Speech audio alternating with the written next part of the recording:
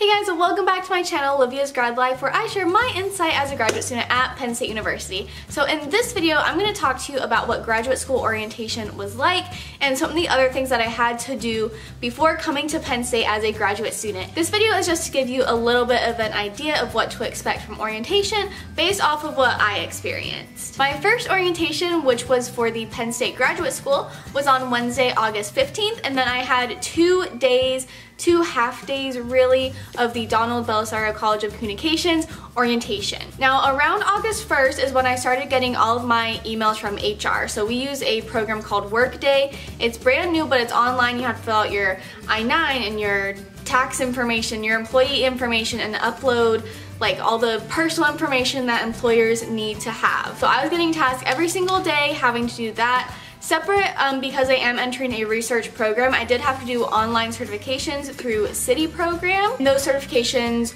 was like how to conduct research responsibly, the IRB certifications so you can work with human subjects, and those kind of things. So that's all stuff I had to do on my own time before I came.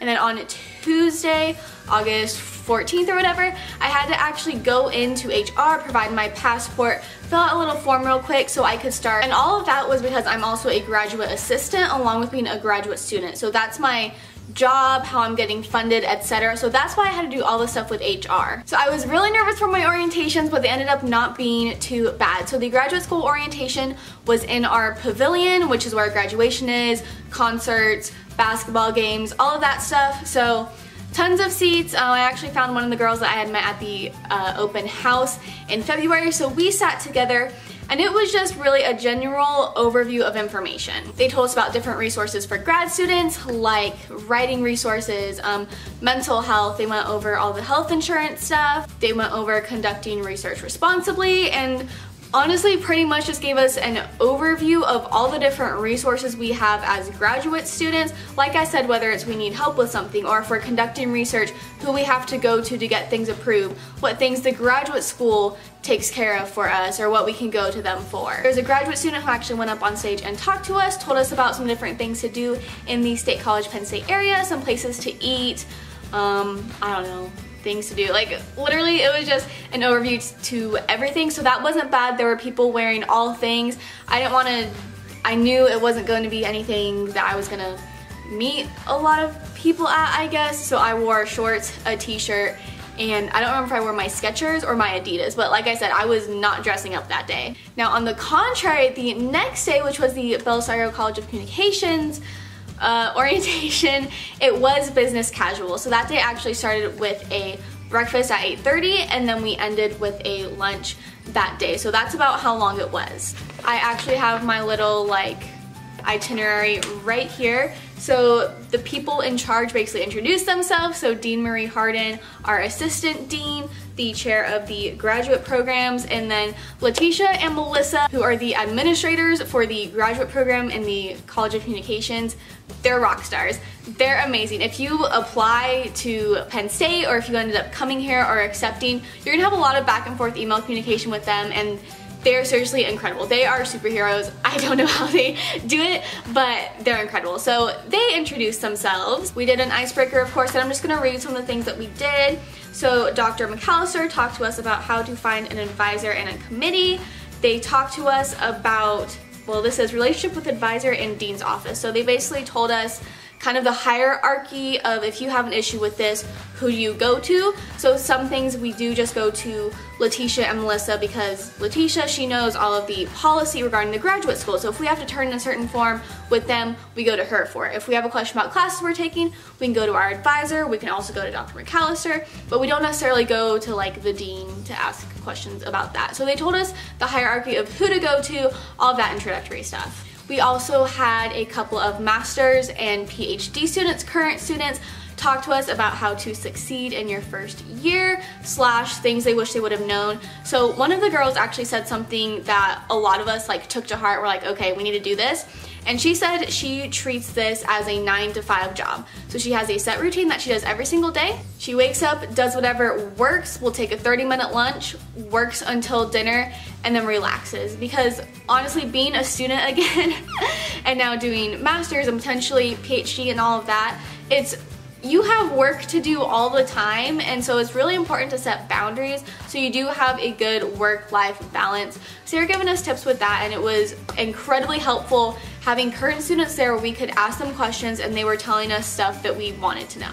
We of course got to talk about academic integrity and everything from like, this is flat out plagiarism, this is flat out falsification or fabrication of data, but then also some other things that people might not realize is plagiarism, such as citing a source but not using your own language. So if you don't use your own language, you have to use quotation marks around it. So different things like that. And then we went to lunch and we got to meet a lot of different faculty members. And then we also heard from the few faculty members that are teaching the required courses this term that the master's and PhD students have to take. So that was day one of orientation. It was not as scary as I thought it was gonna be.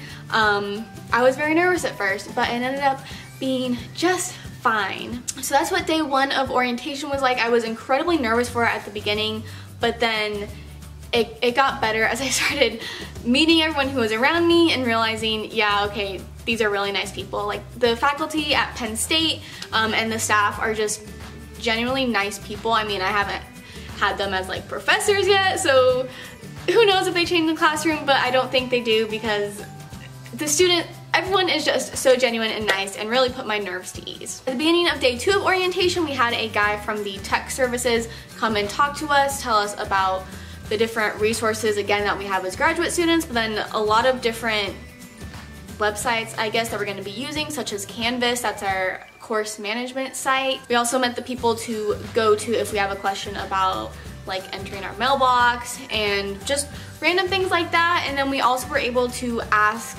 Letitia and Melissa and Dr. Risley and Dr. McAllister just questions that we had. So like I had a question about summer session that I asked. They told us about assistantships and how it's a 20-hour assistantship, so if you're consistently working over that, you need to tell the person like in charge of you, like, hey, I'm working more, because you shouldn't be working more than that. So things like that. But the most important part of that day, after we got to tour some of the labs and our office space, was we got to have lunch with several current graduate students and talk to them again on a one-on-one basis, but also in the room without any professors in the room. Not that they would have said anything different like out of earshot of the professors, but it was good to just straight up be like, hey, I heard this class is hard, what do you recommend? And them not having to be like, well, I don't know, whatever. You know, it was just nice like talking to them as a person.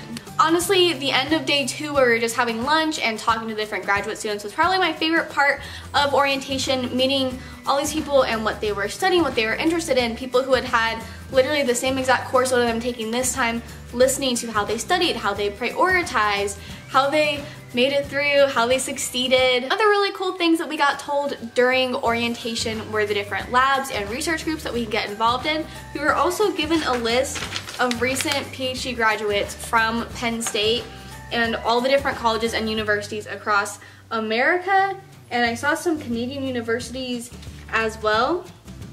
And then there are also places like Facebook and Amazon that recent PhD graduates are working at. So that was really nice to see as well that, I don't know, people succeed when they go to this program. Like, not only are these people nice and want to help you out, and it's going to be a lot of hard work, but at the end of the day, it's worth it because look at all these success stories. That is awesome. That is what my Penn State orientation was like for the Donald Belisario College of Communications.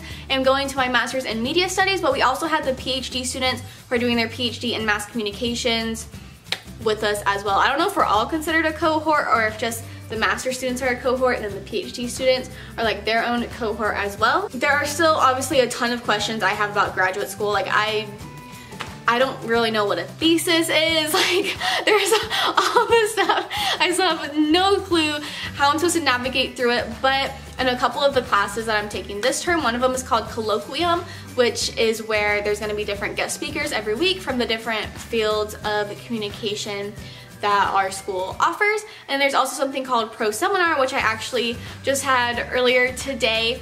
And in that I am going to learn more about a master's thesis and again just different fields in communication and starting to learn how to be a graduate student, basically. So if you have orientation coming up, if you're wondering what graduate school orientation was like, I hope this helped you out a little bit. Like I said, of course, it's gonna be different for every school, every college, every department. Even year to year, it's gonna be different, but I had no idea what to expect going into it. It was basically just sitting for like 4 hours at a time and listening to important people say important things. So it was a good experience, wasn't scary. Hope you guys enjoy it. So anyway, thank you so much for watching this video. I'd really appreciate if you gave it a thumbs up and subscribe to my channel. Comment below what school you're going to or what you're studying right now. I'm really interested in knowing. Thanks so much for watching, and I'll see you guys next week. Bye!